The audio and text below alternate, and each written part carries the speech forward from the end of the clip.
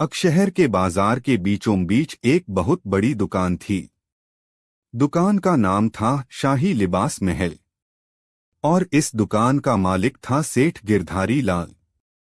सेठ गिरधारी लाल शहर का सबसे मक्कार और जुबान का कड़वा दुकानदार था। उसकी दुकान में रेशम के कपड़े, मखमली शेरवानियां और विदेशी ऊनी कपड़े मिलते थे। गिरधारी लाल की एक आदत थी, वह ग्राहक के कपड़ों को देखकर ही तय कर लेता था कि उससे कितनी कीमत वसूलनी है। अगर कोई अमीर दिखता तो वह 10 की चीज 100 में बेचता और अगर कोई गरीब दिखता तो उसे दुकान की सीढ़ियों से ही भगा देता। एक दिन की बात है, दोपहर का समय था। बाजार में चहल पहल थोड़ी कम थी। सेठ गिरधारी लाल अपनी गद्दी पर बैठा मक्खियां उड़ा रहा था और अपनी मोटी बही खाते की किताब में पिछले दिन का मुनाफा जोड़ रहा था। तभी दुकान के दरवाजे पर एक परछाई दिखाई दी। सेठ ने चश्मा ठीक करके देखा। सामने मुल्ला नसरुद्दीन खड़े थे। मुल्ला के कपड़े थोड़े पुराने थे, पगड़ी थोड़ी ढीली थी और जूतों पर धूल जमी हुई थी। सेठ ने मन ही मन सोचा, अरे यह फटीचर यहाँ क्या करने आया है? इसकी तो मेरी दुकान के पायदान पर पैर रखने की भी हैसियत नहीं है। मुल्ला नसरुद्दीन बड़े आत्मविश्वास के साथ दुकान के अंदर दाखिल हुए। उन्होंने चारों तरफ ऐसे नजर दौड़ाई जैसे वह शहर के सबसे बड़े नवाब हों और पूरी दुकान खरीदने के इरादे से आए हों। सेठ गिरधारी लाल ने रूखेपन से पूछा, क्या चाहिए भाई? यह खैरात बांटने की जगह नहीं है, यह शाही लिबास महल है। यहाँ की हवा भी पैसे से मिलती है। अगर कुछ मांगने आए हो तो आगे बढ़ो। मुल्ला नसरुद्दीन मुस्कुराए। उन्होंने सेठ की बेइज्जती को पूरी तरह नजरअंदाज कर दिया और बोले, सेठ जी, मैं खैरात मांगने नहीं आया हूँ। सुना है आपके पास शहर के सबसे बेहतरीन कपड़े मिलते हैं। मुझे एक ऐसी अचकन यानी एक ऐसा कोट चाहिए जो पहनने के बाद मैं किसी बादशाह से कम न लगूं। अगले हफ्ते मेरे एक अजीज दोस्त की शादी है और मैं वहां सबसे अलग दिखना चाहता हूं।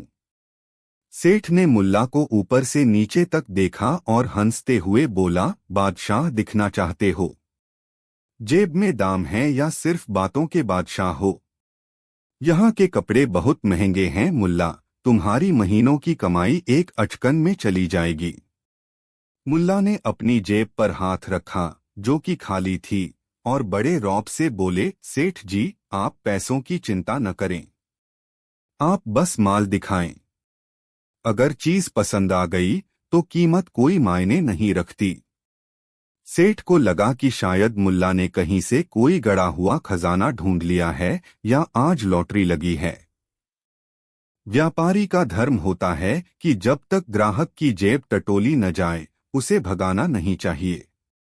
सेठ ने सोचा, चलो इसे कुछ महंगा सा कपड़ा चिपका देता हूं। जो बिक नहीं रहा वह इसके गले मढ़ दूंगा। सेठ अपनी गद्दी से उठा और मुल्ला को एक रैक के पास ले गया। उसने एक भड़कीले रंग का जरी के काम वाला भारी भरकम जुब्बा, एक तरह का लंबा कोट निकाला। यह जुब्बा बहुत पुराना था और फैशन से बाहर हो चुका था, लेकिन सेठ ने इसकी तारीफों के पुल बांधने शुरू कर दिए। सेठ बोला, मुल्ला जी, देखिए इसे। यह खास ईरान से मंगवाया गया रेशम है। इसमें जो धागा लगा है वह सोने के पानी में डुबोया गया था। यह जुब्बा मैंने बड़े बड़े नवाबों के लिए बचाकर रखा था, लेकिन आपकी पर्सनालिटी देखकर लगता है कि यह सिर्फ आपके लिए बना है। इसे पहनते ही आप अकशहर के सबसे रईस आदमी लगेंगे। मुल्ला ने उस जुब्बे को हाथ में लिया, उसे पलटा, सूंघा और फिर आईने के सामने जाकर अपने ऊपर लगाकर देखा।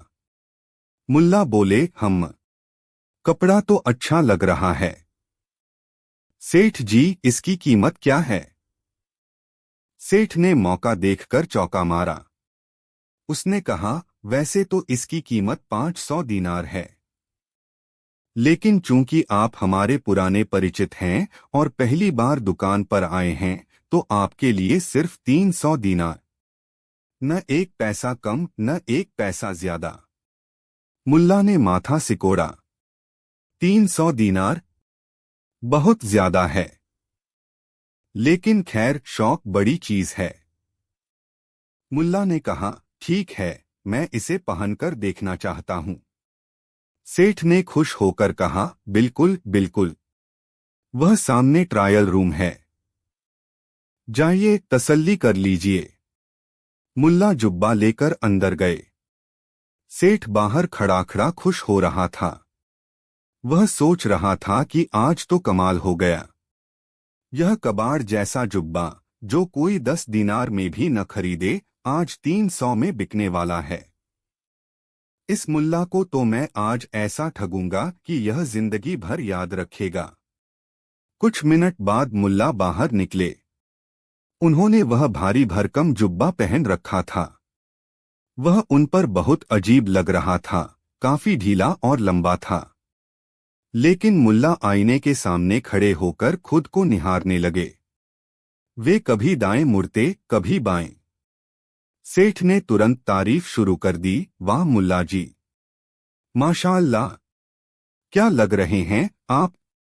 कसम से, अगर आज बादशाह सलामत यहाँ होते तो अपनी गद्दी आपको दे देते। यह जुब्बा तो जैसे आपकी त्वचा का हिस्सा लग रहा है। मुल्ला ने आईने में खुद को घूरा और फिर मुंह बिचकाया। उन्होंने कहा, नहीं सेठ जी, कुछ जम नहीं रहा। यह बहुत भारी है और मुझे लगता है इसका रंग मुझे और काला दिखा रहा है। नहीं नहीं, यह मुझे नहीं चाहिए। सेठ का चेहरा उतर गया। उसका बना बनाया खेल बिगड़ रहा था। उसने कहा, अरे नहीं मुल्ला जी, यह आप पर बहुत जंच रहा है। थोड़ा पहनेंगे तो आदत हो जाएगी। ले लीजिए, ऐसा मौका दोबारा नहीं मिलेगा। मुल्ला ने जुब्बा उतारना शुरू कर दिया। बोले, नहीं सेठ, दिल नहीं मान रहा। अगर मन ही खुश न हो तो पैसे खर्च करने का क्या फायदा।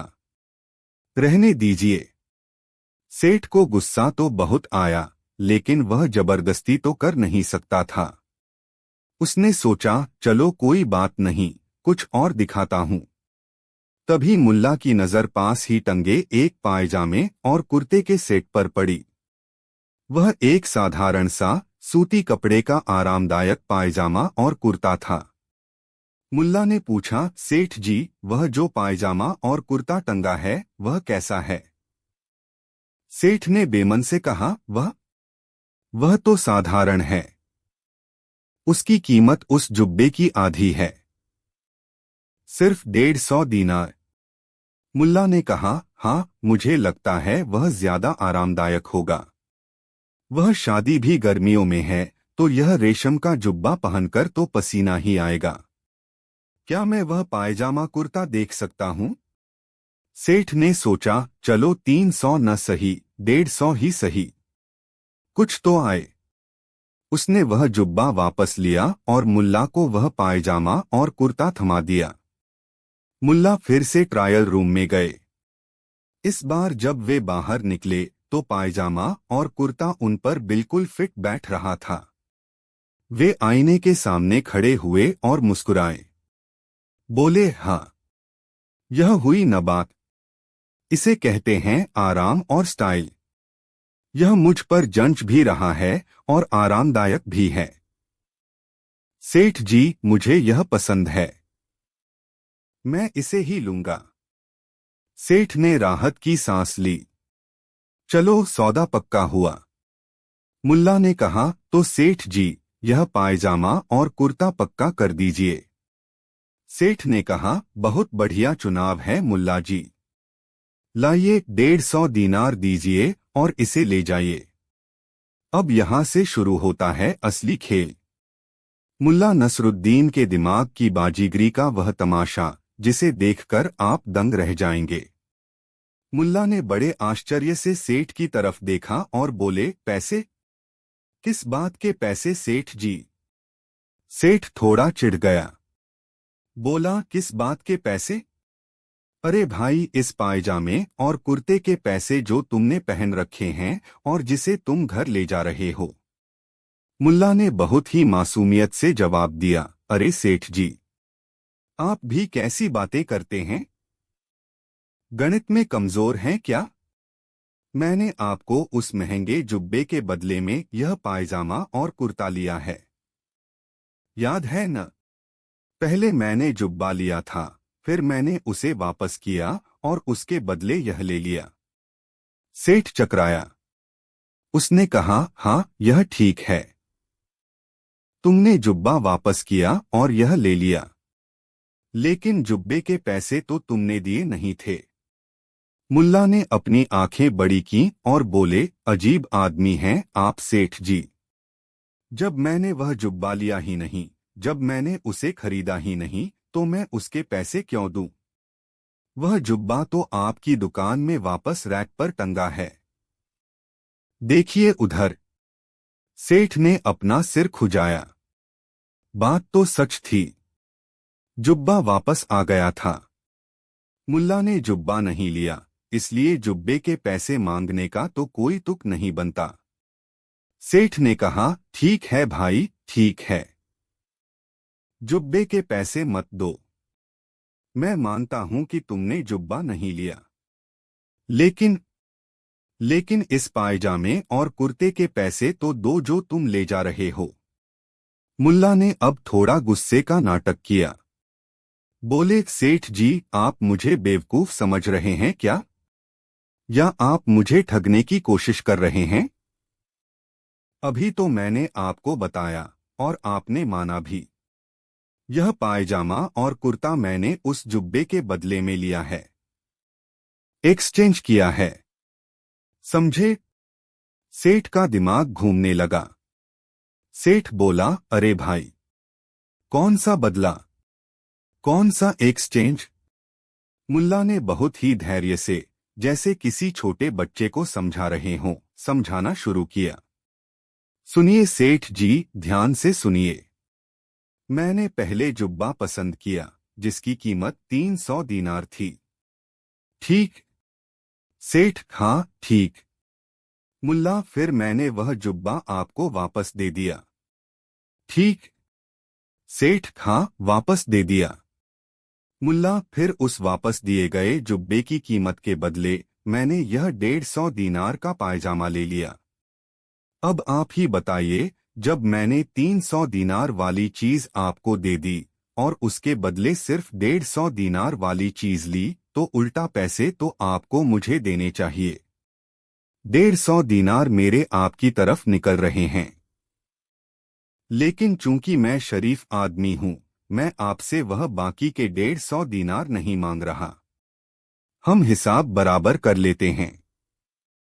सेठ गिरधारी लाल ने अपना माथा पकड़ लिया। उसका सिर चकराने लगा था। मुल्ला की बातें सुनकर उसे लगा कि वह किसी गहरे कुएं में गिर रहा है। उसने हकलाते हुए कहा, रुको, रुको मुल्ला, यह क्या गोल गोल घुमा रहे हो? सीधा हिसाब है। तुमने न जुब्बे के पैसे दिए, न पायजामे के। मुल्ला अब जोर से बोले, ताकि दुकान के बाहर गुजर रहे लोग भी सुन लें। अरे लोगों, देखो इस बेईमान दुकानदार को, कैसी अंधेरगर्दी मचा रखी है। मैंने इसकी दुकान से जुब्बा उठाया नहीं, वह जुब्बा वही टंगा है। तो क्या मैं उस जुब्बे के पैसे दूं जो मैंने लिया ही नहीं? भीड़ जमा होने लगी। लोगों ने कहा, नहीं भाई, जो चीज ली नहीं उसके पैसे क्यों दोगे? बात तो सही है। मुल्ला ने फिर सेठ की तरफ देखा और बोले, सुन लिया सेठ? जनता जनार्दन भी यही कह रही है। जुब्बे के पैसे मैं दूंगा नहीं, क्योंकि वह मैंने लिया नहीं, और पायजामा मैंने जुब्बे के बदले में लिया है। यह तो व्यापार का नियम है, वस्तु विनिमय, बार्टर सिस्टम। मैंने एक कीमती चीज दी और कम कीमती चीज ली, तो मुझ पर कोई उधारी नहीं बनती। सेठ ने अपनी बही खाते की किताब उठाई और पागलों की तरह पन्ने पलटने लगा। वह जोर जोर से बड़बड़ाने लगा, जुब्बा आया, जुब्बा गया, पायजामा गया, पैसा, पैसा कहाँ है? शून्य। उसकी गणित फेल हो रही थी। लॉजिक के हिसाब से मुल्ला उसे एक ऐसे चक्रव्यूह में फंसा चुके थे जहां से निकलने का कोई रास्ता नहीं था। मुल्ला ने देखा कि सेठ अब पूरी तरह कंफ्यूज हो चुका है। उन्होंने सेठ के कंधे पर हाथ रखा और बोले, सेठ जी, लगता है आज आप थक गए हैं। ज्यादा हिसाब किताब करने से दिमाग पर असर हो जाता है। देखिए, मैं आपका नुकसान नहीं चाहता, इसलिए जो 150 दीनार मेरे आपकी तरफ निकलते हैं, क्योंकि जुब्बा महंगा था और यह सस्ता है, वह मैं माफ करता हूं। रख लीजिए वह पैसे, मिठाई खा लीजिएगा। सेठ की हालत ऐसी थी कि वह रोए या हंसे। उसका दिमाग सुन्न हो चुका था। भीड़ भी मुल्ला की होशियारी पर मजे ले रही थी और सेठ पर हंस रही थी। सेठ को लगा कि अगर उसने अब और बहस की तो मुल्ला यह साबित कर देगा कि दुकान भी मुल्ला की ही है। उसे बस अपनी जान छुड़ानी थी। उसे लगा कि यह पायजामा जाए तो जाए, बस यह आदमी यहां से जाए वरना मेरा दिमाग फट जाएगा। सेठ ने हाथ जोड़ते हुए कहा, मुल्ला जी, आप जाइए, ले जाइए यह पायजामा। बस खुदा के लिए मेरी दुकान से चले जाइए। मुझे कोई पैसा नहीं चाहिए, मुझे बस शांति चाहिए। आज दुकान बंद। मुल्ला नसरुद्दीन ने अपनी नई पोशाक को झाड़ा, सेठ को एक शानदार सलाम ठोका और बड़े इत्मीनान से दुकान से बाहर निकल गए। जाते जाते उन्होंने भीड़ से कहा, देखा भाइयों, इसे कहते हैं ईमानदारी। सेठ जी ने खुद माना कि हिसाब बराबर हो गया है, बल्कि मेरा ही कुछ उधार रह गया उन पर, लेकिन दोस्ती में इतना तो चलता है। मुल्ला सीटी बजाते हुए अपने घर की तरफ चल दिए और पीछे सेठ गिरधारी लाल अपनी गद्दी पर बैठा अभी भी उंगलियों पर गिन रहा था, जुब्बा दिया, जुब्बा लिया, पायजामा दिया, नहीं जुब्बा नहीं दिया। अरे यह हुआ क्या? तो दोस्तों, यह था मुल्ला नसरुद्दीन का लॉजिक। उन्होंने साबित कर दिया कि दुनिया में सबसे बड़ा हथियार तलवार नहीं बल्कि शब्दों का जाल है। अगर आप आत्मविश्वास से अपनी बात कहें तो सामने वाला अपनी ही गणित भूल सकता है। सेठ गिरधारी लाल, जो लोगों को कपड़ों की कीमत में ठगता था, आज मुल्ला के तर्क की कीमत चुकाकर बैठा था। वह दिन और आज का दिन सेठ ने कसम खा ली कि अगर मुल्ला दुकान की तरफ मुड़कर भी देखेगा तो वह दुकान का शटर गिरा देगा। लेकिन क्या मुल्ला ने चोरी की? अगर हम तकनीकी रूप से देखें तो हाँ, उन्होंने पैसे नहीं दिए। लेकिन अगर हम मुल्ला की नजर से देखें तो उन्होंने उस घमंडी सेठ को एक ऐसा सबक सिखाया जो वह ताउम्र नहीं भूलेगा कि ग्राहक को कभी कम नहीं समझना चाहिए, खासकर अगर वह ग्राहक मुल्ला नसरुद्दीन हो। आपको मुल्ला की यह चतुराई कैसी लगी? क्या आप कभी ऐसे दुकानदार से मिले हैं जो अपनी बातों में फंसा लेता हो? या क्या आपने कभी दोस्तों के साथ ऐसा मजाक किया है? कमेंट में जरूर बताएं।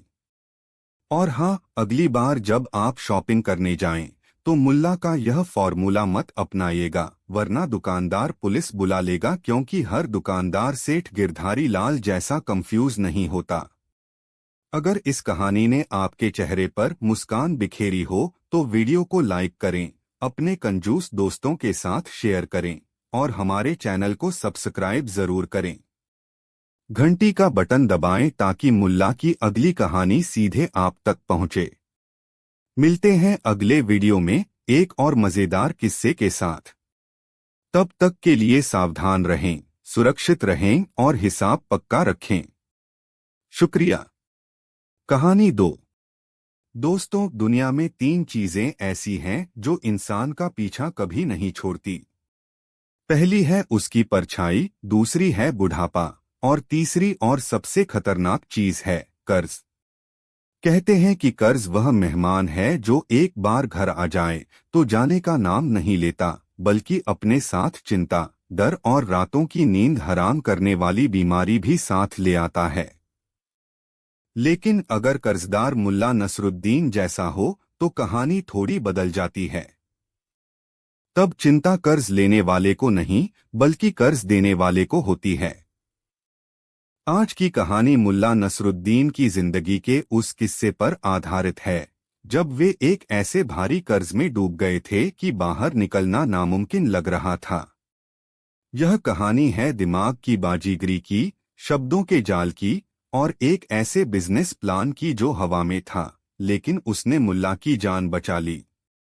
तो चलिए अपने दिमाग के घोड़े दौड़ाइए और चलते हैं अकशहर की उन गलियों में जहां मुल्ला नसरुद्दीन अपने घर के दरवाजे पर कान लगाए खड़े हैं।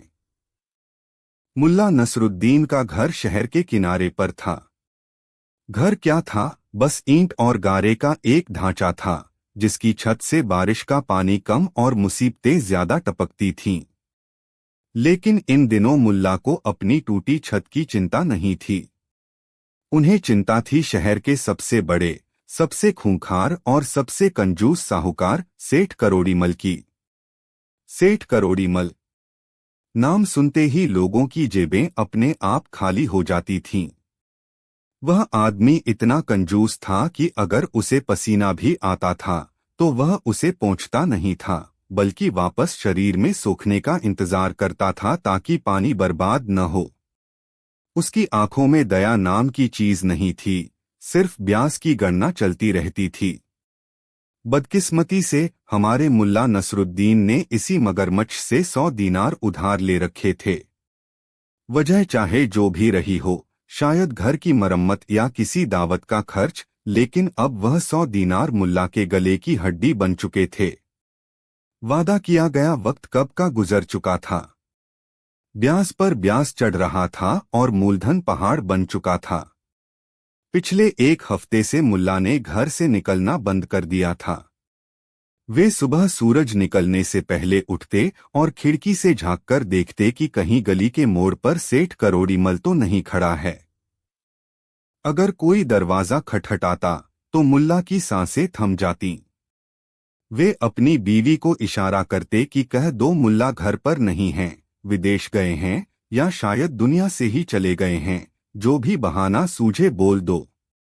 लेकिन बकरे की मां कब तक खैर मनाती। आखिर वह दिन आ ही गया जिसका डर था। एक सुहानी सुबह जब मुल्ला नसरुद्दीन अपने आंगन में बैठकर सुकून से चाय की चुस्की ले रहे थे और सोच रहे थे कि आज मौसम कितना अच्छा है, तभी उनके दरवाजे पर दस्तक हुई।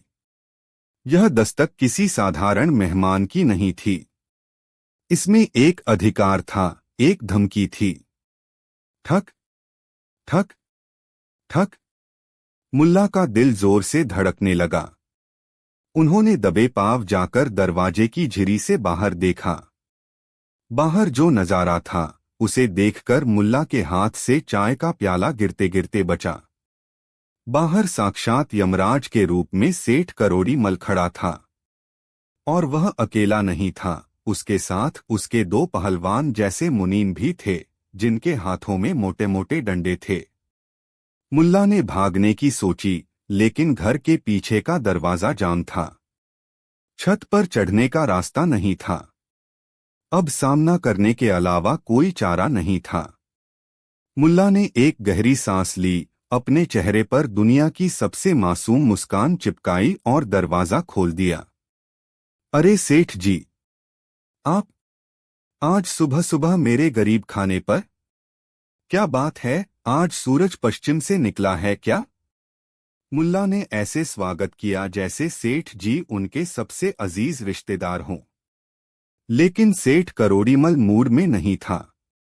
उसने मुल्ला को धक्का दिया और आंगन में घुस आया। उसने अपनी लाल लाल आंखें मुल्ला पर गड़ा दीं और गरजते हुए बोला, नसरुद्दीन, तेरी चिकनी चुपड़ी बातें बहुत सुन लीं। आज मुझे बातें नहीं चाहिए, आज मुझे मेरा पैसा चाहिए। 100 दीनार असल और 20 दीनार ब्याज अभी के अभी मेज पर रख दे, वरना आज तेरी यह झोपड़ी नीलाम कर दूंगा और तुझे जेल की हवा खिलाऊंगा। मुल्ला ने घबराने का नाटक किया, जो कि नाटक कम और हकीकत ज्यादा थी। उन्होंने हाथ जोड़ते हुए कहा, सेठ जी, मेरे माई बाप, आप तो जानते हैं कि मेरी हालत क्या है। अभी तो मेरे पास एक फूटी कौड़ी भी नहीं है, लेकिन विश्वास मानिए, मैं आपका एक एक पैसा चुका दूंगा। बस थोड़ा समय और दे दीजिए।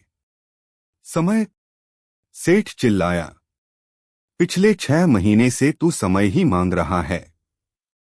कभी तेरी फसल खराब हो जाती है, कभी तेरी भैंस बीमार हो जाती है। अब और कोई बहाना नहीं चलेगा। बोल, पैसा है या नहीं? अगर नहीं है तो चल थाने। सेठ के इशारे पर पहलवान आगे बढ़े। मुल्ला को लगा कि अब तो जेल जाना तय है। लेकिन तभी मुल्ला के दिमाग की बत्ती जली। जब इंसान के पास खोने के लिए कुछ नहीं होता, तब उसका दिमाग सबसे तेज चलता है। मुल्ला ने अचानक अपना हाथ उठाया और चिल्लाया, रुको, रुको सेठ जी, आप मुझे जेल भेज देंगे तो आपको क्या मिलेगा? सिर्फ मेरा खाली घर। उससे आपका कर्ज नहीं उतरेगा। लेकिन लेकिन अगर आप मुझे सिर्फ 1 साल का वक्त और दे दें, तो मैं न सिर्फ आपका पूरा कर्ज चुका दूंगा, बल्कि आपको इतना मुनाफा दूंगा कि आप गिनते गिनते थक जाएंगे। सेठ करोड़ीमल रुका। लालची आदमी की एक कमजोरी होती है, उसे मुनाफा शब्द सुनाई दे जाए तो उसका गुस्सा पिघलने लगता है। सेठ ने अपनी मूंछों को ताव देते हुए पूछा, मुनाफा? कैसा मुनाफा? तेरे पास तो फटे कपड़ों के अलावा कुछ नहीं है, तू मुझे क्या मुनाफा देगा? मुल्ला ने देखा कि तीर निशाने पर लगा है। अब जरूरत थी एक बेहतरीन कहानी गढ़ने की। उन्होंने सेठ को एक टूटी हुई खाट पर बैठने का इशारा किया और बोले, सेठ जी, बैठिए। ठंडे दिमाग से सुनिए। मैंने एक ऐसा बिजनेस प्लान बनाया है, एक ऐसी योजना तैयार की है जो 100% पक्की है। यह योजना मुझे कुछ ही महीनों में अमीर बना देगी। सेठ अनिच्छा से खाट पर बैठ गया, लेकिन उसकी नजरें अभी भी शक से भरी थीं। उसने कहा, जल्दी बक। अगर तेरी योजना में दम नहीं हुआ तो सीधे जेल जाएगा। मुल्ला ने अपनी आंखों में चमक लाते हुए हवा में हाथ लहराया और शुरू हो गए। सेठ जी, आप जानते हैं कि मेरे घर के सामने जो यह खाली मैदान पड़ा है, वह कितना बड़ा है? सेठ ने देखा, सामने एक बंजर जमीन का टुकड़ा था। उसने सिर हिलाया। मुल्ला ने कहा, बस यही मेरी सोने की खान है। मैंने तय किया है कि मैं इस पूरे मैदान के चारों तरफ बाड़ लगाऊंगा। लेकिन लकड़ी की बाड़ नहीं, लोहे की बाड़ नहीं। मैं वहां कंटीली झाड़ियां लगाऊंगा, बबूल और नागफनी की घनी झाड़ियां। सेठ ने माथा पीटा और बोला, अरे पागल आदमी, कंटीली झाड़ियां लगाने से कर्ज कैसे चुकता होगा? क्या मैं तेरे कांटे बाजार में बेचूंगा? मुल्ला मुस्कुराए और बोले, अरे सेठ जी, आप पूरी बात तो सुनिए। यही तो आप में सब्र की कमी है। सुनिए, जब मैं चारों तरफ कंटीली झाड़ियां लगा दूंगा तो कुछ ही महीनों में वे बड़ी हो जाएंगी, घनी और कांटेदार। अब आप सोचिए, इस रास्ते से रोज शाम को हजारों भेड़ें गुजरती हैं। गांव के सारे गडरिये अपनी भेड़ों को चराने के लिए इसी रास्ते से जंगल ले जाते हैं और वापस लाते हैं। सेठ ने झुंझलाते हुए कहा, तो भेड़ें गुजरती हैं तो गुजरने दे, उससे मेरा क्या फायदा? मुल्ला ने अपनी आवाज को रहस्यमयी बना लिया। उन्होंने कहा, फायदा है सेठ जी, बहुत बड़ा फायदा है। जब वे हजारों भेड़ें मेरी लगाई हुई कंटीली झाड़ियों से सटकर गुजरेंगी तो क्या होगा? सोचिए। उन भेड़ों की ऊन उन कांटों में फंस जाएगी। हर भेड़ थोड़ा थोड़ा ऊन उन झाड़ियों में छोड़ती जाएगी। सेठ का मुंह थोड़ा खुला रह गया। वह इस अजीबोगरीब लॉजिक को समझने की कोशिश कर रहा था। मुल्ला ने अपनी बात जारी रखी। रोज हजारों भेड़े और ढेर सारी ऊन। मैं रोज शाम को जाऊंगा और उन झाड़ियों से फंसी हुई ऊन को इकट्ठा कर लूंगा। मुझे न तो भेड़ खरीदने की जरूरत है, न उन्हें चारा खिलाने की। मुफ्त की ऊन, और वह भी बोरियों भर भर के। मुल्ला की आंखों में अब एक पागलपन सवार था। वे ऐसे एक्टिंग कर रहे थे जैसे सचमुच उनके सामने ऊन के पहाड़ लगे हों। फिर मैं उस ऊन को धुलवाऊंगा, उसे साफ करूंगा। मेरी बीवी उस ऊन को कातेगी और उसका धागा बनाएगी। फिर हम उस धागे को बाजार में बेचेंगे। सेठ जी, आप तो जानते हैं आजकल ऊन का भाव क्या चल रहा है। आसमान छू रहा है। सेठ करोड़ीमल, जो एक पक्का व्यापारी था, अनजाने में ही मुल्ला के इस काल्पनिक गणित में शामिल होने लगा। उसने मन ही मन हिसाब लगाया, हजारों भेड़े, मुफ्त की ऊन, कोई लागत नहीं, सीधा मुनाफा। मुल्ला ने देखा कि लोहा गर्म है, अब हथौड़ा मारने का वक्त है। वे बोले, और सेठ जी सुनिए, जब ऊन बिकेगी तो मेरे पास ढेर सारा पैसा आएगा। उस पैसे से मैं सबसे पहले आपका 100 दीनार मूलधन चुकाऊंगा। फिर आपका 20 दीनार ब्याज चुकाऊंगा। और इतना ही नहीं, चूंकि आपने मुझ पर इतना भरोसा किया और सब्र रखा, मैं आपको 50 दीनार ऊपर से इनाम के तौर पर दूंगा। सेठ की आंखों के सामने सोने के सिक्के नाचने लगे। 100 के बदले 170। यह तो बहुत ही शानदार सौदा था। सेठ का गुस्सा अब पूरी तरह गायब हो चुका था। वह मन ही मन उस कंटीली झाड़ी और उसमें फंसी ऊन की तस्वीर देख रहा था। उसे लगा कि यह मुल्ला पागल जरूर है, लेकिन योजना में एक अजीब सा तर्क है। सेठ की गंभीरता खत्म हो गई। उसके चेहरे पर एक मुस्कान रेंगने लगी। उसे यह पूरा किस्सा इतना हास्यास्पद और साथ ही इतना मनोरंजक लगा कि वह अपनी हंसी रोक नहीं पाया। एक खूंखार साहूकार जो कभी नहीं हंसता था, वह जोर जोर से हंसने लगा। हाँ हाँ हाँ, अरे नसरुद्दीन, तू सचमुच निराला है।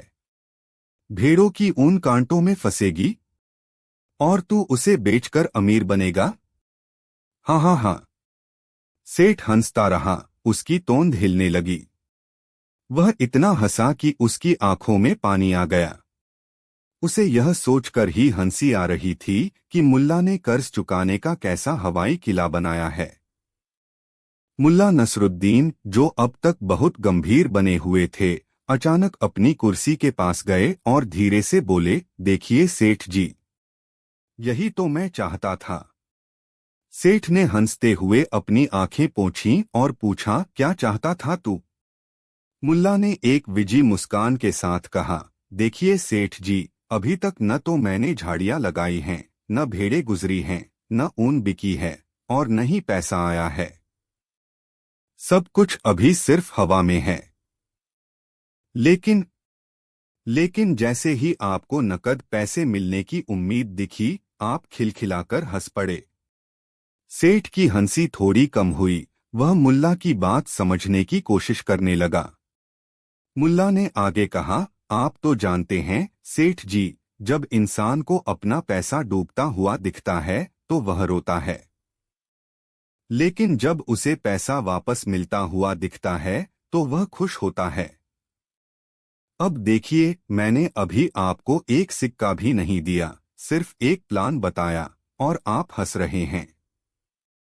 इसका मतलब है कि आपने मान लिया है कि पैसा मिल जाएगा। मुल्ला ने बात का सबसे करारा पंच मारा, और सेठ जी, आप तो खुद सयाने हैं। नकद पैसे को देखकर तो हर कोई खुश होता है, लेकिन जो आदमी उधार के भरोसे पर भी इतना खुश हो जाए और ठहाके लगाए, वह तो वाकई महान है।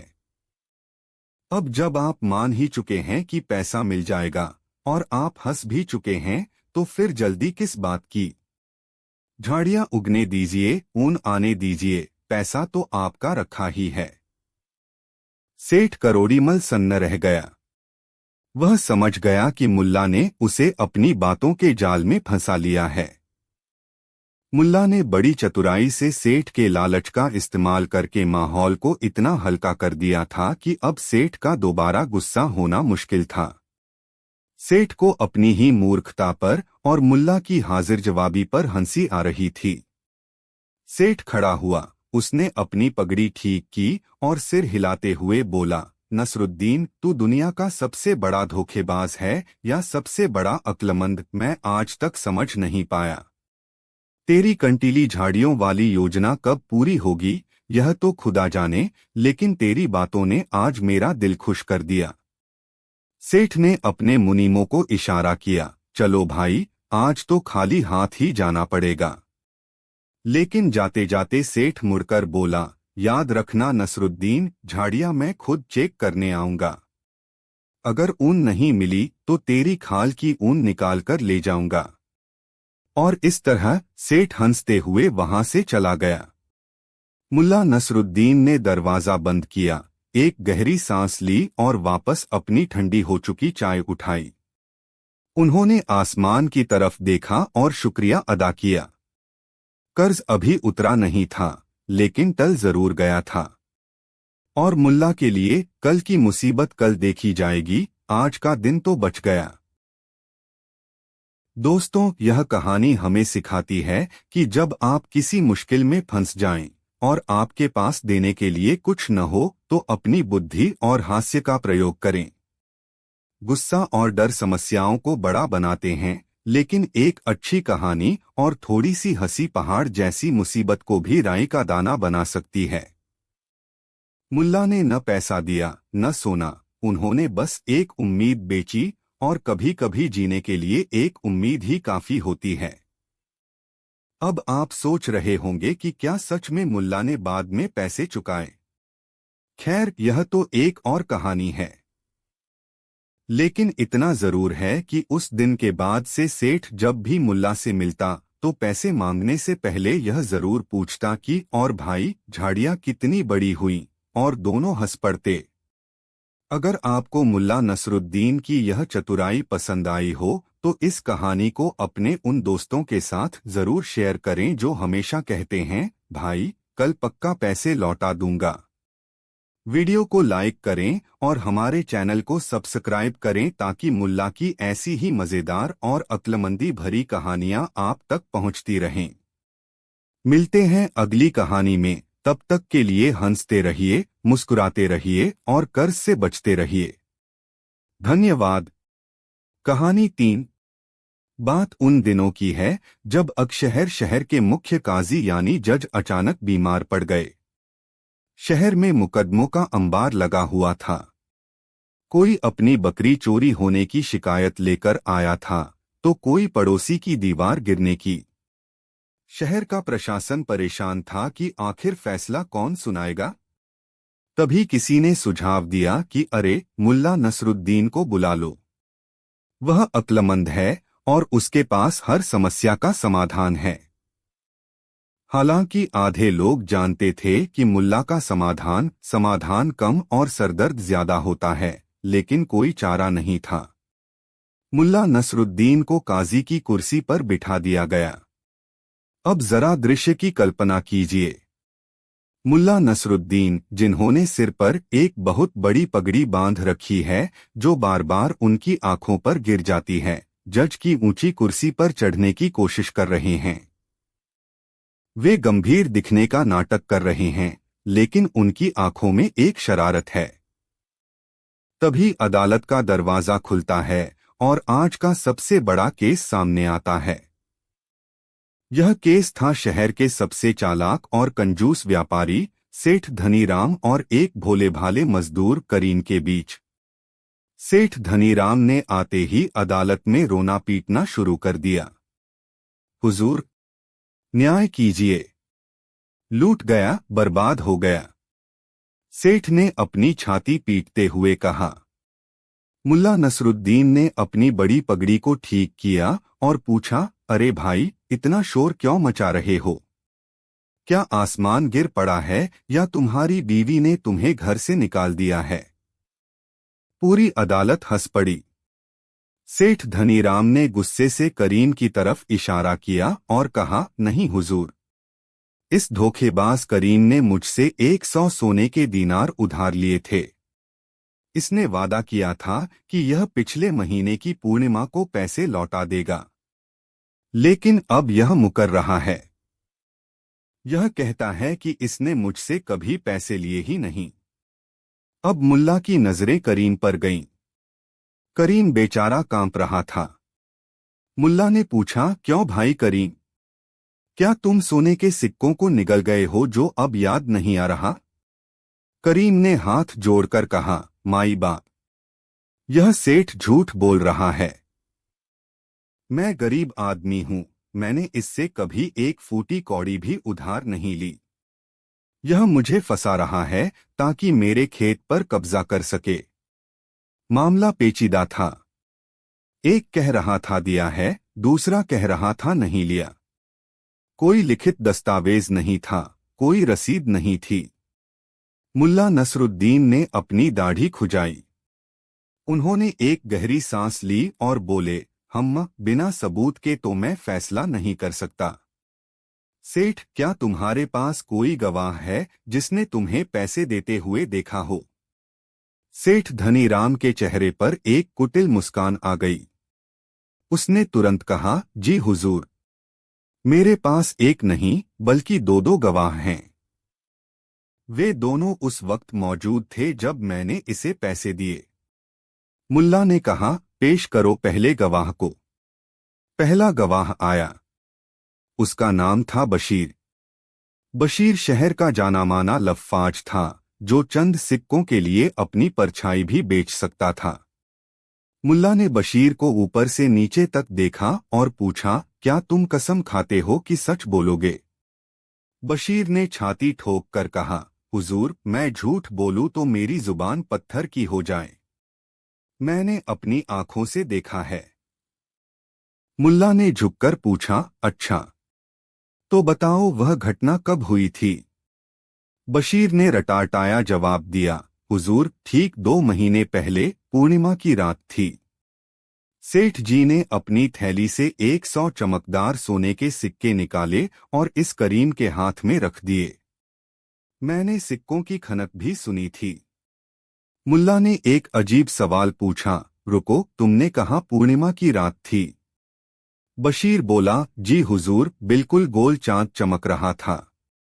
मुल्ला ने फिर पूछा, और तुम कहाँ खड़े थे? बशीर ने कहा, मैं सेठ जी के ठीक बगल में खड़ा था हुजूर। इतनी रोशनी थी कि मैं करीम के माथे का पसीना भी देख सकता था। मुल्ला मुस्कुराए। एक ऐसी मुस्कान जिसे देखकर समझदार लोग समझ जाते थे कि अब शिकार फंसने वाला है। मुल्ला ने कहा, बहुत अच्छे बशीर, तुम जा सकते हो। दूसरे गवाह को बुलाओ। दोस्तों, अब बारी थी दूसरे गवाह की। यह सेठ का मुनीम था। उसे भी सेठ ने रटाकर भेजा था, लेकिन मुल्ला की अदालत में रटा हुआ पाठ अक्सर भूल जाता है। मुनीम आया और कसम खाई। मुल्ला ने उससे वही सवाल नहीं पूछे जो बशीर से पूछे थे। मुल्ला तो मुल्ला थे। मुल्ला ने पूछा, हाँ भाई, तुम भी वहां थे जब पैसे दिए गए? मुनीम बोला, जी हुजूर, मैं बिल्कुल पास खड़ा था। मुल्ला ने अचानक अपनी आवाज बदल ली और कड़क कर पूछा, उस दिन मौसम कैसा था? क्या बहुत गर्मी थी? मुनीम घबरा गया। उसे लगा अगर मैं कहूं गर्मी थी तो कहीं गलत न हो जाए। उसने दिमाग लगाया कि 2 महीने पहले तो सर्दी शुरू हो रही थी। उसने कहा, नहीं नहीं हुजूर, बहुत ठंड थी। हम सब कांप रहे थे। आसमान में बादल छाए हुए थे और घना अंधेरा था। यहाँ पर कहानी में एक बहुत बड़ा मोड़ आता है। मुल्ला ने अपनी भौहें चढ़ाई। अच्छा। घना अंधेरा था, बादल छाए थे। मुनीम बोला, जी हुजूर, इतना अंधेरा था कि हाथ को हाथ नहीं सूझ रहा था। हमने लालटेन जलाकर पैसे गिने थे। अदालत में सन्नाटा छा गया। लोग कानाफूसी करने लगे। पहला गवाह बशीर कह गया था कि पूर्णिमा का चांद चमक रहा था और इतनी रोशनी थी कि पसीना दिख रहा था। दूसरा गवाह कह रहा है कि घना अंधेरा था, बादल थे और लालटेन जलाई थी। सेठ धनीराम का पसीना छूटने लगा, लेकिन मुल्ला के चेहरे पर कोई भाव नहीं था। उन्होंने न तो मुनीम को डांटा, न ही सेठ को। उन्होंने बस इतना कहा, हम्मा, बहुत दिलचस्प। तुम भी जा सकते हो। अब आप सोच रहे होंगे कि फैसला तो साफ है। दोनों गवाहों के बयान आपस में मेल नहीं खाते। एक दिन कह रहा है, दूसरा रात। यानी सेठ झूठ बोल रहा है और करीम निर्दोष है न? अगर कोई साधारण जज होता तो यही फैसला सुनाता। वह गवाहों को जेल भेजता और करीम को बरी कर देता। लेकिन याद रखिए, यह मुल्ला नसरुद्दीन की अदालत है। यहां सीधा रास्ता भी टेढ़ा होकर जाता है। मुल्ला ने अपनी आंखें बंद कर लीं। पूरी अदालत सांस रोके इंतजार कर रही थी। क्या मुल्ला सेठ को सजा देंगे या फिर कोई नया पेंच फंसाएंगे? तभी मुल्ला ने अपनी आंखें खोलीं और दोनों गवाहों को वापस कटघरे में बुलाया। मुल्ला ने कहा, तुम दोनों के बयान बहुत ही वजनदार हैं, लेकिन फैसला सुनाने से पहले मैं एक आखिरी परीक्षण करना चाहता हूं। मुल्ला ने अपनी जेब से एक पुराना सिक्का निकाला और उसे हवा में उछाला। सिक्का फर्श पर गिरा और खनक की आवाज आई। मुल्ला ने पहले गवाह बशीर से पूछा, बशीर, यह आवाज सुनी तुमने? बशीर बोला, जी हुजूर, सुनी। मुल्ला ने पूछा, कैसी आवाज थी? बशीर ने कहा, सोने की खनक जैसी हुजूर। फिर मुल्ला ने अपनी दूसरी जेब से एक सूखा हुआ पत्ता निकाला। उन्होंने उसे हवा में छोड़ा। पत्ता बिना किसी आवाज के जमीन पर गिर गया। मुल्ला ने दूसरे गवाह मुनीम से पूछा, मुनीम, तुमने यह आवाज सुनी? मुनीम हैरान होकर बोला, हुजूर, पत्ते के गिरने की तो कोई आवाज ही नहीं होती। मुल्ला अचानक खड़े हो गए। उनकी आंखों में बिजली सी चमक थी। उन्होंने कहा, बिल्कुल सही। और यही इस केस का फैसला है। पूरी अदालत चकरा गई। सिक्के और पत्ते का गवाही से क्या लेना देना? क्या मुल्ला सठिया गए हैं? सेठ धनीराम भी सोच में पड़ गया कि क्या यह फैसला उसके हक में है या खिलाफ।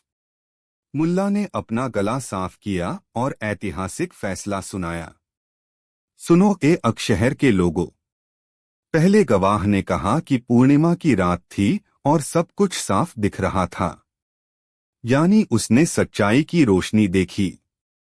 दूसरे गवाह ने कहा कि घना अंधेरा था और कुछ दिखाई नहीं दे रहा था, यानी उसने झूठ का अंधेरा देखा। लेकिन सच्चाई यह है कि जब सच और झूठ एक ही जगह, एक ही वक्त पर मौजूद होने का दावा करें, तो इसका मतलब है कि वह जगह ही मौजूद नहीं है। अगर सेठ धनीराम ने सचमुच पैसे दिए होते तो गवाहों को न तो चांद देखने की जरूरत पड़ती और न ही लालटेन की, उन्हें सिर्फ पैसा दिखता।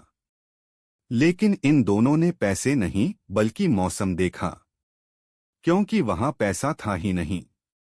मुल्ला ने आगे कहा, मेरा फैसला यह है कि चूंकि गवाहों की याददाश्त मौसम की वजह से खराब हो गई है, इसलिए सेठ धनीराम इन दोनों गवाहों को याददाश्त ठीक करने के हर्जाने के रूप में 50 से 50 सोने के सिक्के देगा। और जहां तक करीम का सवाल है, चूंकि उसने कोई पैसा लिया ही नहीं, तो वह लौटाएगा क्या? लेकिन सेठ का समय बर्बाद करने के लिए करीम सेठ को वह सूखा पत्ता इनाम में देगा जो अभी जमीन पर गिरा था। ठाक। अदालत बर्खास्त की जाती है। देखा दोस्तों, सेठ धनीराम अपने ही बुने हुए जाल में फंस गया। उसे अपने ही खरीदे हुए गवाहों को पैसे देने पड़े और मिला क्या? एक सूखा पत्ता। मुल्ला नसरुद्दीन ने साबित कर दिया कि झूठ के पाँव नहीं होते, और अगर दो झूठों को एक साथ खड़ा कर दिया जाए तो वे एक दूसरे को ही काट खाते हैं। इस कहानी से हमें दो बातें सीखने को मिलती हैं। पहली, अगर आप झूठ बोल रहे हैं तो कम से कम अपने साथी के साथ स्क्रिप्ट याद करके आएं। और दूसरी, कभी भी मुल्ला नसरुद्दीन को बेवकूफ समझने की गलती न करें, क्योंकि वह सूखे पत्ते से भी न्याय निचोड़ सकते हैं। आपको मुल्ला का यह फैसला कैसा लगा? क्या आपके पास इस केस का कोई और मजेदार समाधान था? नीचे कमेंट करके जरूर बताएं। यह सर्दियों की एक ठंडी रात थी। आसमान में चांद बादलों के पीछे छिपा हुआ था, जिससे गलियों में गहरा अंधेरा छाया हुआ था। शहर के सारे लोग अपने अपने घरों में रजाई ओढ़कर सो रहे थे। सन्नाटा इतना गहरा था कि अगर सुई भी गिरे तो उसकी आवाज सुनाई दे जाए। ऐसे ही सन्नाटे में एक परछाई दबे पांव मुल्ला नसरुद्दीन के घर की तरफ बढ़ रही थी। यह परछाई थी शहर के एक शातिर चोर की, जिसका नाम था कालू। कालू ने सुना रखा था कि मुल्ला नसरुद्दीन बादशाह के बहुत करीबी हैं, दरबार में उठते बैठते हैं। कालू ने अपना गणित लगाया कि जो आदमी बादशाह के पास बैठता होगा उसे इनाम में हीरे जवाहरात तो मिलते ही होंगे। और मुल्ला दिखता फकीर है, तो इसका मतलब पक्का उसने अपना खजाना घर में कहीं गाड़ रखा होगा। कालू मुल्ला के घर की पिछली दीवार के पास पहुंचा। दीवार नीची थी और जगह जगह से टूटी हुई थी। कालू के लिए अंदर कूदना बच्चों का खेल था। उसने एक लंबी सांस ली, भगवान से नहीं बल्कि अंधेरे से प्रार्थना की कि आज रात उसकी किस्मत चमक जाए, और छलांग लगा दी। धप्प! हल्की सी आवाज के साथ वह मुल्ला के आंगन में उतरा। उधर कमरे के अंदर मुल्ला नसरुद्दीन अपनी पत्नी के साथ सो रहे थे, या यूं कहें कि सोने की कोशिश कर रहे थे। मुल्ला की नींद बहुत कच्ची थी।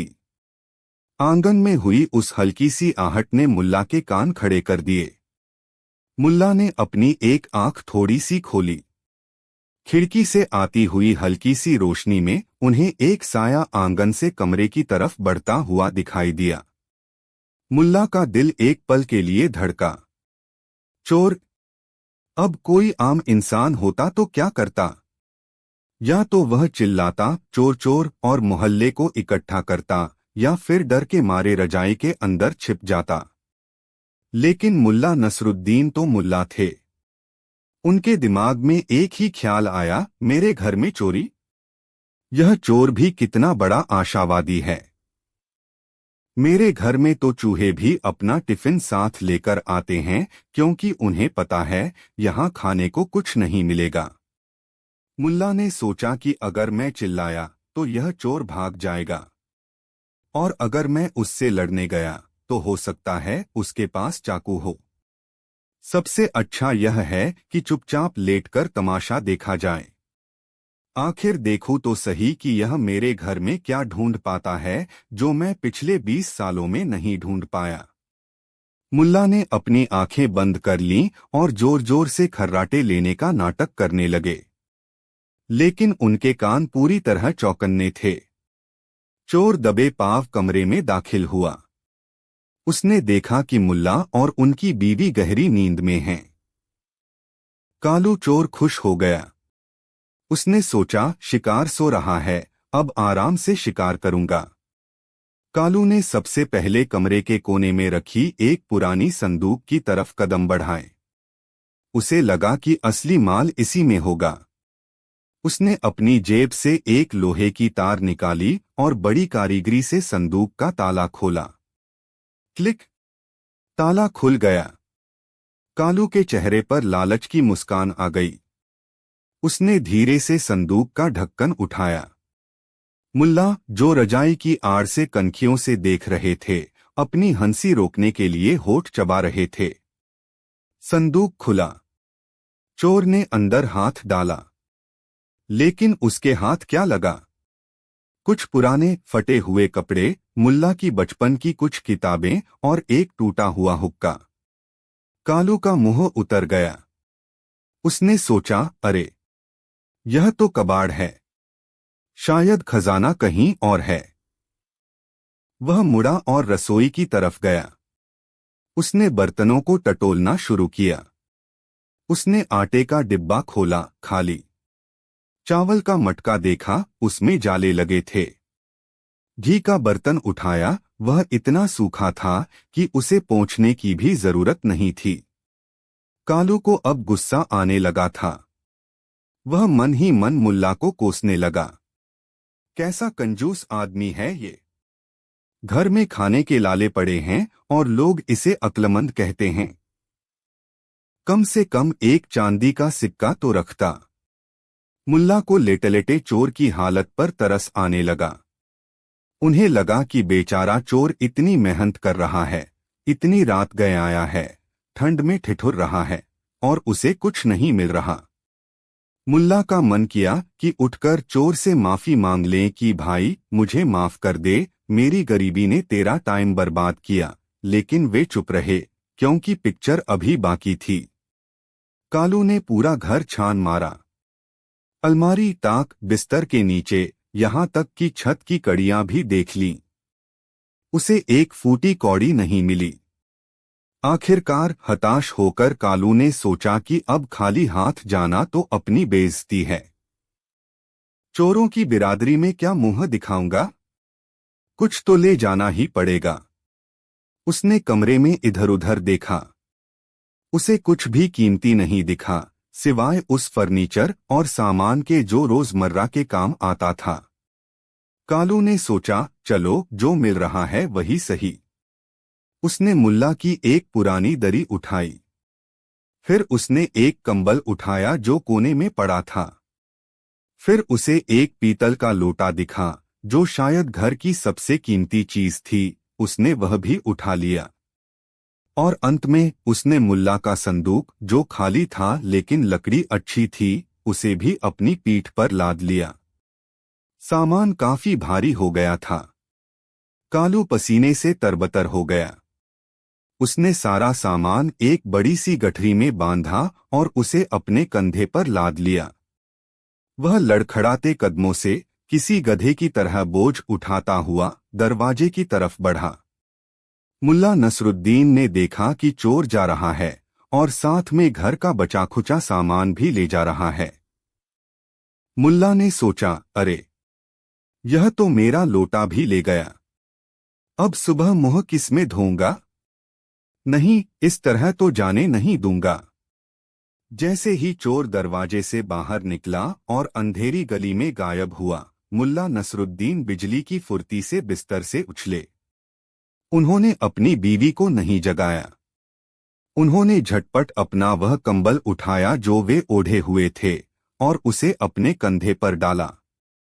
नंगे पैर ही वे चोर के पीछे पीछे चल दिए। बाहर घना अंधेरा था, लेकिन चोर के कदमों की भारी आवाज धप धप धप रास्ता बता रही थी। मुल्ला एक कुशल जासूस की तरह परछाई बनकर दीवार से सटकर चल रहे थे। चोर बेचारा भारी बोझ के मारे धीरे धीरे चल रहा था। वह मन ही मन खुश हो रहा था कि चलो, आज रात की मेहनत बेकार नहीं गई। ये पुरानी दरी और लोटा बेचकर 2-4 दिन का खाना तो निकल ही आएगा। उसे रत्ती भर भी अंदाजा नहीं था कि जिस घर को उसने लूटा है, उस घर का मालिक उसके ठीक पीछे आ रहा है, और वह भी अपना बिस्तर लेकर।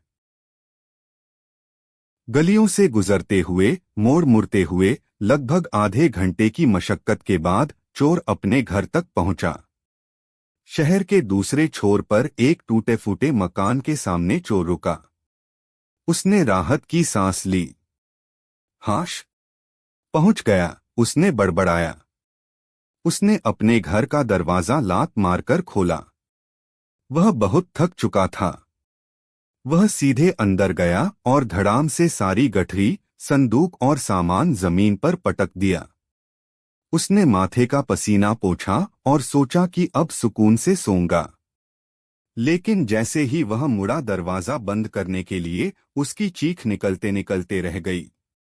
दरवाजे पर कोई खड़ा था। अंधेरे में एक आकृति। चोर का दिल हलक में आ गया। क्या पुलिस आ गई? क्या कोई भूत है? उसने कांपते हाथों से पास में पड़ी लालटेन जलाई और रोशनी उस आकृति पर डाली। सामने मुल्ला नसरुद्दीन खड़े थे, बड़े इत्मीनान से, कंधे पर अपना कंबल रखे हुए, चेहरे पर एक सौम्य मुस्कान। मुल्ला ठीक वैसे ही अंदर दाखिल हुए जैसे कोई अपने ही घर में आता है। वे अंदर आए। उन्होंने अपना कंबल चोर के द्वारा अभी अभी पटके गए सामान के ऊपर बिछाया और बड़े आराम से उस पर लेट गए। चोर की आंखें फटी की फटी रह गईं। उसका दिमाग सुन्न हो गया। यह क्या हो रहा है? यह आदमी यहां कैसे? और यह मेरे घर में लेट क्यों रहा है? कालू चोर ने हकलाते हुए पूछा, ए भाई, तुम कौन हो और यहां क्या कर रहे हो? तुम मेरे पीछे पीछे यहां तक क्यों आए? मुल्ला नसरुद्दीन ने लेटे लेटे ही करवट बदली, अपने हाथ का तकिया बनाया और बहुत ही मासूमियत से जवाब दिया, अरे भाई, तुम भी कैसी अजीब बातें करते हो? चिल्लाओ मत, पड़ोसी जाग जाएंगे। शांति से सो जाओ। चोर का गुस्सा और डर दोनों बढ़ गए। उसने कहा, सो जाओ, यह मेरा घर है। तुम यहां क्या कर रहे हो? निकलो यहां से। मुल्ला नसरुद्दीन उठकर बैठ गए। उन्होंने चोर को ऐसे देखा जैसे चोर कोई बहुत ही मूर्खतापूर्ण बात कर रहा हो। मुल्ला बोले, तुम्हारा घर? कैसी बातें करते हो यार? अभी आधे घंटे पहले ही तो हम दोनों ने मिलकर घर बदला है। तुम आगे आगे सारा सामान लेकर आए और मैं पीछे पीछे अपना बिस्तर लेकर आया। चोर का मुंह खुला का खुला रह गया। मुल्ला ने अपनी बात जारी रखी, देखो भाई, जाहिर सी बात है, जब तुमने मेरे घर का सारा सामान, मेरा लोटा, मेरी दरी, मेरा संदूक, मेरे कपड़े यहां लाकर रख दिया, तो इसका मतलब यही हुआ न कि अब हम यहीं रहेंगे। अब सामान के बिना मैं उस खाली घर में क्या करता? जहां सामान जाएगा वहीं तो मालिक जाएगा ना, एक परिवार की तरह। मुल्ला ने मुस्कुराते हुए जोड़ा, मुझे लगा कि शायद तुम्हें मेरा पुराना घर पसंद नहीं आया, इसलिए तुम इतनी मेहनत करके, इतना पसीना बहाकर हम सबको इस नए घर में शिफ्ट कर रहे हो। वैसे यह घर थोड़ा छोटा है, लेकिन कोई बात नहीं, हम एडजस्ट कर लेंगे। तुम उधर कोने में सो जाओ, मैं और मेरी बीवी यहाँ बीच में सो जाएंगे। सुबह मेरी बीवी भी आ जाएगी। कालू चोर अपना सिर पकड़कर बैठ गया।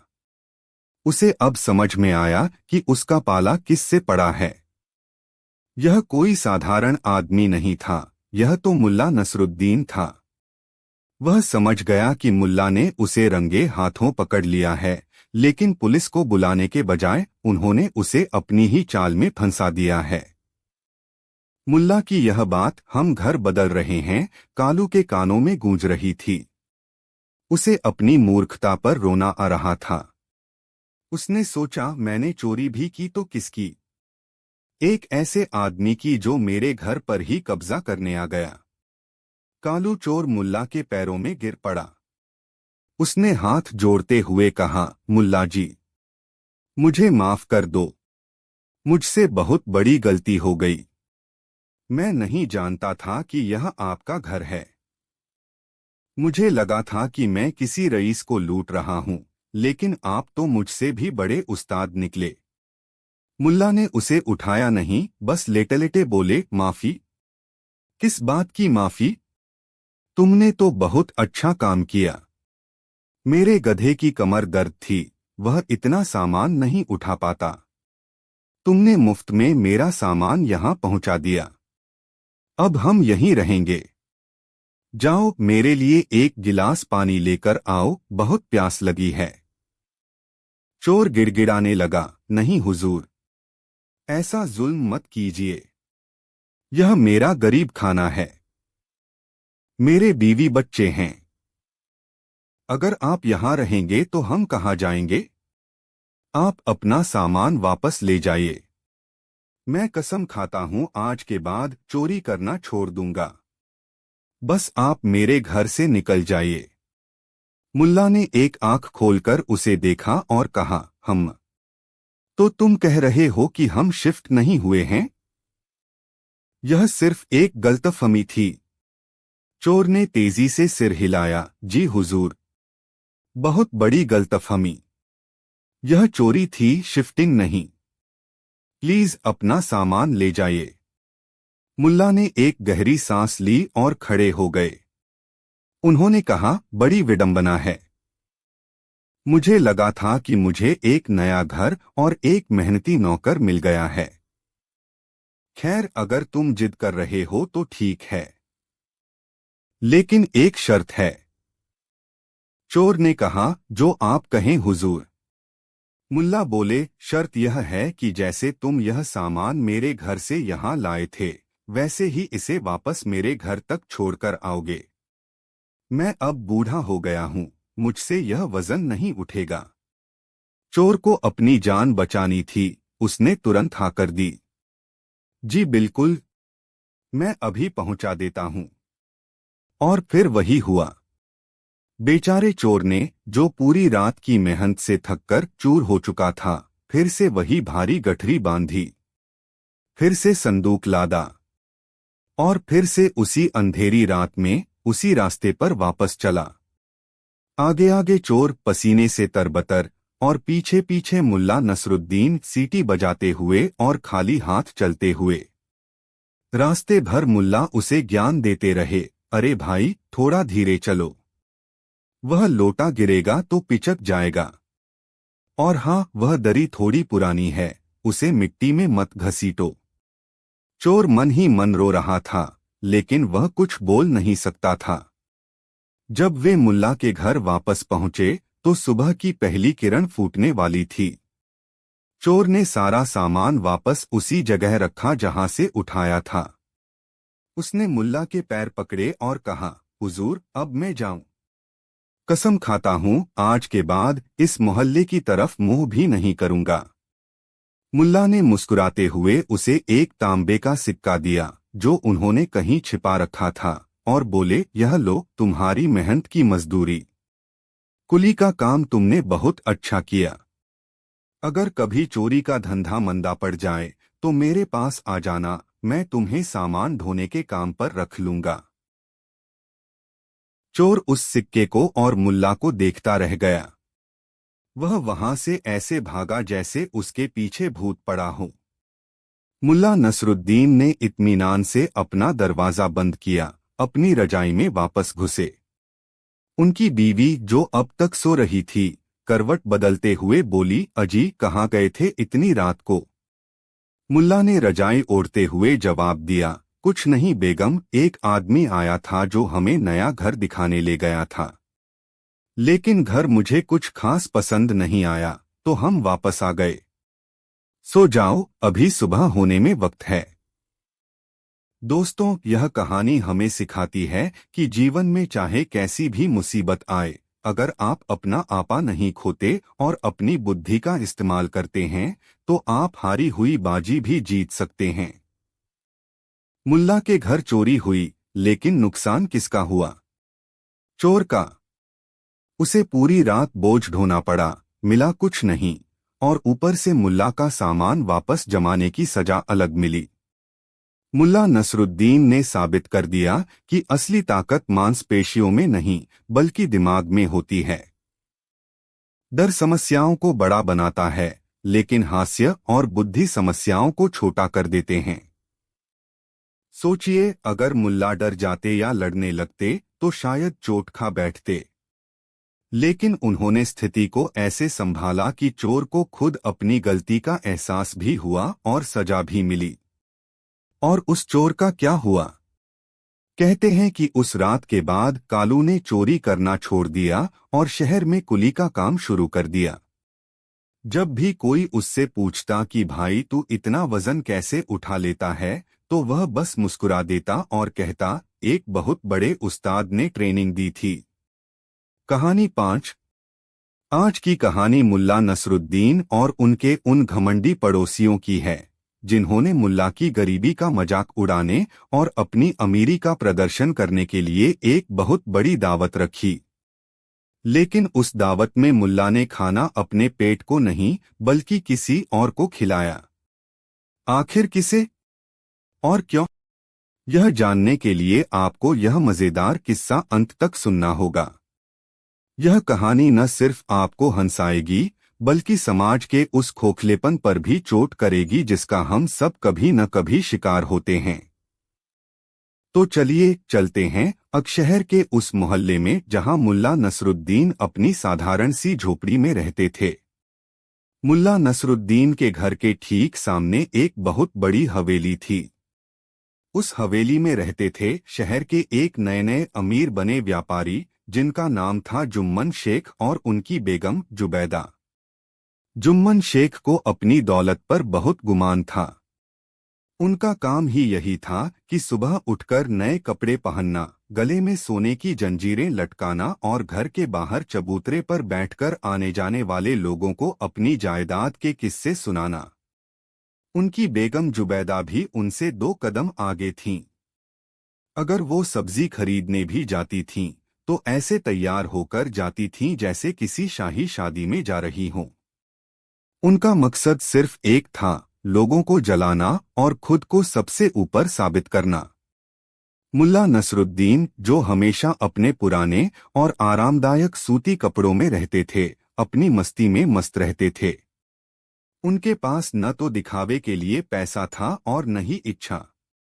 जुम्मन शेख अक्सर मुल्ला को देखकर ताने मारते थे। कभी कहते, अरे मुल्ला, यह क्या फटेहाल बनकर घूमते हो? कभी हमारे घर आओ, तुम्हें दिखाएं कि जिंदगी कैसे जी जाती है। मुल्ला बस मुस्कुरा देते और आगे बढ़ जाते।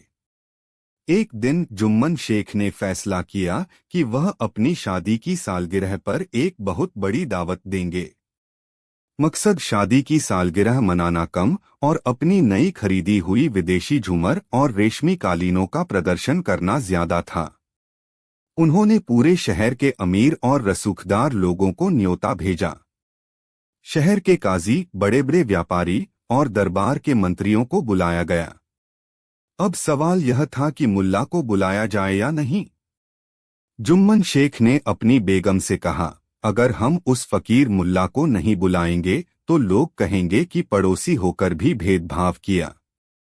उसे बुला लेते हैं, वैसे भी वह कोने में पड़ा रहेगा। उसे देखकर हमारे बाकी अमीर मेहमानों को यह महसूस होगा कि हम कितने महान हैं जो गरीबों को भी खाना खिलाते हैं। तो एक तरह से मुल्ला को बुलाने का मकसद उनकी बेइज्जती करना ही था। मुल्ला के पास न्योता पहुंचा। मुल्ला स्वभाव से सरल थे। उन्होंने सोचा कि पड़ोसी ने प्यार से बुलाया है तो जाना चाहिए। दावत का दिन आया। शाम को जुम्मन शेख की हवेली रोशनियों से जगमगा रही थी। इत्र की खुशबू गली के बाहर तक आ रही थी। बड़े बड़े रईस लोग अपनी बग्घियों और पालकियों में बैठकर आ रहे थे। सबने चमचमाते हुए रेशमी कपड़े, जरीदार पगड़ियां और कीमती जेवर पहन रखे थे। मुल्ला नसरुद्दीन भी तैयार हुए। उन्होंने अपने वही रोज वाले साधारण कपड़े पहने। उनका कुर्ता थोड़ा पुराना था, उस पर 1-2 जगह पैबंद लगे थे। उनकी पगड़ी का रंग थोड़ा फीका पड़ चुका था और पैरों में वही पुराने घिसे हुए जूते थे। मुल्ला के लिए कपड़े सिर्फ तन ढकने का साधन थे, अपनी कीमत बताने का नहीं। मुल्ला बड़े उत्साह से दावत में पहुंचे। हवेली के दरवाजे पर जुम्मन शेख और उनकी बेगम मेहमानों का स्वागत कर रहे थे। वे हर अमीर मेहमान के आगे झुक झुक कर सलाम कर रहे थे, आइए नवाब साहब, तशरीफ लाइए खान साहब। लेकिन जैसे ही मुल्ला नसरुद्दीन दरवाजे पर पहुंचे, जुम्मन शेख की नजर उन पर पड़ी। जुम्मन ने मुल्ला के कपड़ों को ऊपर से नीचे तक देखा और मुंह फेर लिया। उसने मुल्ला का स्वागत करना तो दूर, उनकी तरफ देखा तक नहीं, जैसे वहां कोई खड़ा ही न हो। मुल्ला ने सोचा शायद शेख साहब ने देखा नहीं होगा। उन्होंने आगे बढ़कर कहा, सलाम वालेकुम शेख साहब, सालगिरह मुबारक हो। शेख ने बड़ी बेरुखी से बिना मुल्ला की तरफ देखे हाथ हिला दिया और कहा, हाँ हाँ ठीक है। जाओ अंदर जाकर कहीं पीछे बैठ जाओ। रास्ता मत रोको, बड़े मेहमान आ रहे हैं। मुल्ला को बुरा लगा, लेकिन वे अंदर चले गए। अंदर का माहौल और भी ज्यादा खराब था। सारे मेहमान अपने महंगे कपड़ों और दौलत की बातें कर रहे थे। मुल्ला जिस भी समूह के पास जाकर बात करने की कोशिश करते, लोग उन्हें देखकर अपनी नाक सिकोड़ लेते और वहां से हट जाते। कोई मुल्ला से बात करने को तैयार नहीं था। नौकर भी मुल्ला को नजरअंदाज कर रहे थे। वे शरबत और कबाब के थाल लेकर अमीरों के पास जा रहे थे, लेकिन मुल्ला की तरफ कोई पानी का गिलास भी नहीं बढ़ा रहा था। मुल्ला एक कोने में खड़े होकर यह सब देख रहे थे। उन्हें भूख लगी थी, लेकिन खाने की मेज पर भी उन्हें जगह नहीं दी जा रही थी। जब वे कुर्सी पर बैठने गए तो एक नौकर ने आकर कहा, हटो मुल्ला, यह कुर्सी नवाब साहब के लिए है। तुम वहां फर्श पर चटाई बिछी है, वहां बैठ जाओ। यह अपमान की हद थी। मुल्ला को समझ आ गया कि यह दावत इंसानियत के लिए नहीं, बल्कि कपड़ों और हैसियत के लिए है। यहाँ इंसान का स्वागत नहीं हो रहा, बल्कि उसके रेशम और सोने का स्वागत हो रहा है। मुल्ला नसरुद्दीन बिना खाना खाए चुपचाप पिछले दरवाजे से बाहर निकल गए। उनके चेहरे पर गुस्सा नहीं, बल्कि एक अजीब सी चमक थी। एक ऐसी चमक जो बताती थी कि अब मुल्ला के दिमाग में एक जबरदस्त खुराफात पक रही है। वे समझ गए थे कि इन लोगों की भाषा क्या है, और अब वे उन्हें उन्हीं की भाषा में जवाब देने वाले थे। मुल्ला सीधे अपने एक पुराने मित्र के पास गए जो नाटकों में काम करता था और किराए पर कपड़े देता था। मुल्ला ने उससे कहा, मेरे भाई, मुझे तुम्हारे सबसे भड़कीले, सबसे महंगे और सबसे शानदार कपड़े चाहिए। ऐसे कपड़े जो किसी बादशाह के कपड़ों को भी मात दे दें। दोस्त ने हैरान होकर पूछा, लेकिन मुल्ला, तुम तो सादगी पसंद करते हो। मुल्ला ने हंसते हुए कहा, आज रात मुझे एक गधे को इंसानियत का पाठ पढ़ाना है और उसके लिए मुझे शेर की खाल पहननी होगी। मुल्ला ने एक बहुत ही भारी भरकम जरी के काम वाला मखमली कोट शेरवानी पहना। सिर पर एक चमकदार पगड़ी बांधी जिसमें नकली हीरा लगा था। कमर पर एक सुनहरी पेटी बांधी और पैरों में मखमली जूते पहने। इतना ही नहीं, उन्होंने अपनी उंगलियों में कांच की बड़ी बड़ी अंगूठियां भी पहन ली जो दूर से हीरे जैसी चमक रही थीं। अब मुल्ला का हुलिया पूरी तरह बदल चुका था। वे किसी पड़ोसी देश के सुल्तान लग रहे थे। मुल्ला ने एक किराए का घोड़ा लिया और वापस जुम्मन शेख की हवेली की तरफ चल पड़े। जब मुल्ला दोबारा हवेली के दरवाजे पर पहुंचे तो नजारा देखने लायक था। घोड़े की टाप और मुल्ला के कपड़ों की चमक देखकर दरबान ने झुककर सलाम किया। जुम्मन शेख, जो अभी भी दरवाजे पर खड़े थे, मुल्ला को पहचान नहीं पाए। उन्हें लगा कोई बहुत बड़ा नवाब आया है। जुम्मन शेख दौड़कर आगे आए और बोले, हुजूर, आपका स्वागत है। माशाअल्लाह, क्या नूर है आपके चेहरे पर। हमें खुशी है कि आप हमारी गरीब खाने में तशरीफ लाए। मुल्ला ने अपनी आवाज को थोड़ा भारी बनाकर कहा, शुक्रिया शेख साहब। जुम्मन ने मुल्ला का हाथ पकड़ा और उन्हें सबसे आगे, सबसे खास मेज की तरफ ले गए, जहां शहर के काजी और नवाब बैठे थे।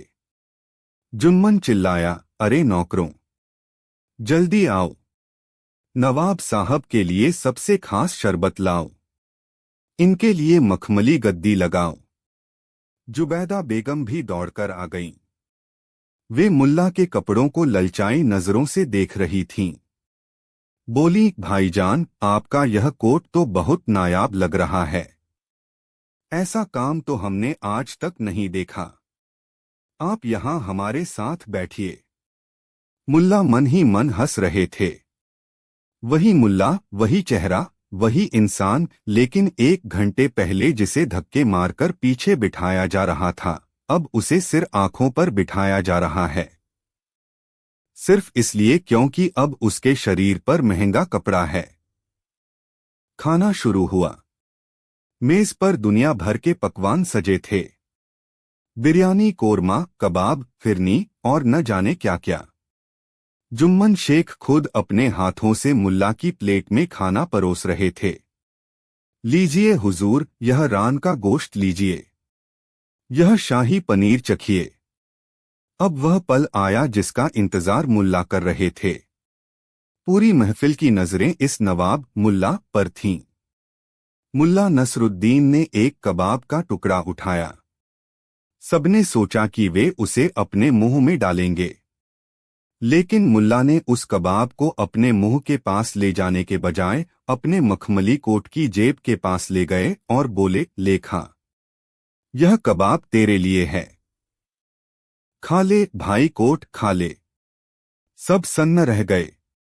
लोग एक दूसरे का मुंह देखने लगे। यह क्या हो रहा है? फिर मुल्ला ने एक रोटी का टुकड़ा तोड़ा, उसे शोरबे करी में डुबोया और उसे अपनी शेरवानी की आस्तीन स्लीव पर रगड़ दिया। वे जोर जोर से बोलने लगे, अरे मेरी प्यारी आस्तीन, तू भूखी होगी, ले यह शोरबा पी। शर्मा मत, यह सब तेरे लिए ही तो बना है। जुम्मन शेख की आंखें फटी की फटी रह गईं। जुबैदा बेगम को लगा कि शायद नवाब साहब पागल हो गए हैं। पूरी महफिल में सन्नाटा छा गया। सिर्फ मुल्ला की आवाज आ रही थी जो अपने कपड़ों को खाना खिला रहे थे। फिर मुल्ला ने थोड़े चावल उठाए और अपनी पगड़ी के ऊपर डाल दिए। बोले, ए मेरी इज्जतदार पगड़ी, तू क्यों पीछे रहे? ले तू पुलाव का मजा ले। आखिरकार जुम्मन शेख से रहा नहीं गया। उसने डरते डरते पूछा, हुजूर, गुस्ताखी माफ, लेकिन यह आप क्या कर रहे हैं? क्या आपकी तबीयत ठीक है? आप अपने कपड़ों को खाना क्यों खिला रहे हैं? कपड़े कहीं खाना खाते हैं? मुल्ला नसरुद्दीन ने खाना बंद किया। उन्होंने अपनी कुर्सी को पीछे खिसकाया और खड़े हो गए। अब उनके चेहरे पर वह शाही नकाब नहीं था, बल्कि वही पुरानी मुल्ला वाली सख्ती थी। मुल्ला ने पूरी महफिल को संबोधित करते हुए कहा, शेख साहब, आप पूछ रहे हैं कि मैं कपड़ों को खाना क्यों खिला रहा हूं? जुम्मन ने सिर हिलाया, जी हुजूर, यह तो पागलपन है। मुल्ला ने अपनी तेज आवाज में जवाब दिया, यह पागलपन नहीं है शेख, यही तो इस दावत का सच है। मुल्ला ने आगे कहा, शेख साहब गौर से देखिए, मैं वही मुल्ला नसरुद्दीन हूं जो 1 घंटे पहले इसी दरवाजे से अंदर आया था। तब मैंने अपने पुराने और साधारण कपड़े पहन रखे थे। तब मैं भूखा था, प्यासा था। लेकिन तब न तो आपने मेरा स्वागत किया, न मुझे पानी पूछा और न ही मुझे इस मेज पर बैठने दिया। आपने मुझे हिकारत भरी नजरों से देखा और पीछे धकेल दिया। पूरी महफिल में खुसर-पुसर शुरू हो गई। लोग अब पहचान गए थे कि अरे, यह तो नसरुद्दीन ही है। मुल्ला ने अपनी बात जारी रखी, मैं वही इंसान हूं। मेरा शरीर वही है, मेरा पेट वही है, मेरी रूह वही है। लेकिन 1 घंटे पहले मैं आपके लिए कूड़ा था। और अब मैं घर गया, यह किराए का महंगा कोट पहनकर आया, तो अचानक मैं आपके लिए नवाब बन गया। आप मेरे आगे पीछे घूमने लगे, मुझे सबसे उम्दा खाना परोसने लगे। मुल्ला ने एक कबाब उठाकर फिर से अपनी जेब में डालते हुए कहा, तो इसका सीधा सा मतलब यही है शेख साहब कि यह दावत, यह इज्जत और यह खाना मेरे लिए नहीं है। यह सब इन कपड़ों के लिए है। आपने मुझे नहीं बुलाया, आपने इस रेशम और जरी को बुलाया है। तो कायदे से खाना खाने का हक भी इसी कोट और पगड़ी का बनता है, मेरा नहीं। इसलिए मैं अपना फर्ज निभा रहा हूं और असली मेहमान को खाना खिला रहा हूं। जुम्मन शेख का चेहरा शर्म से लाल हो गया। उसे काटो तो खून नहीं। उसे समझ नहीं आ रहा था कि वह कहाँ देखे। जुबैदा बेगम ने अपना सिर झुका लिया। वहां मौजूद सारे अमीर लोग, जो कपड़ों के आधार पर लोगों को आंकते थे, अपनी कुर्सियों में सिकुड़ गए। मुल्ला का यह व्यंग्य एक जोरदार तमाचे की तरह उनके गाल पर लगा था। मुल्ला ने अपनी बात खत्म करते हुए कहा, याद रखिए दोस्तों, लिबास इंसान के तन को ढकता है, लेकिन उसकी पहचान उसके व्यवहार और उसकी नीयत से होती है। अगर आप अपने मेहमानों का स्वागत उनके कपड़ों को देखकर करते हैं, तो आप मेजबान नहीं, बल्कि एक दुकानदार हैं जो सिर्फ चमकती चीजों का सौदा करता है। इतना कहकर मुल्ला नसरुद्दीन ने वह मखमली कोट वहीं उतार दिया, पगड़ी उतारकर मेज पर रख दी और अपने उन्हीं पुराने सादे कपड़ों में वहां खड़े हो गए। उन्होंने कहा, अब अगर इस इंसान के लिए, यानी मुल्ला नसरुद्दीन के लिए, अगर आपके पास थोड़ा सा पानी और सूखी रोटी हो तो मैं खाने को तैयार हूं, वरना मेरे कपड़ों का पेट तो भर ही गया है। जुम्मन शेख की आंखों में आंसू आ गए। उसका सारा घमंड, सारा दिखावा एक पल में चकनाचूर हो गया। वह दौड़कर आया और मुल्ला के पैरों में गिर पड़ा। उसने कहा, मुझे माफ कर दीजिए मुल्ला जी, मैं अपनी दौलत के नशे में अंधा हो गया था। मैंने इंसान को नहीं पहचाना। आपने आज मेरी आंखें खोल दी।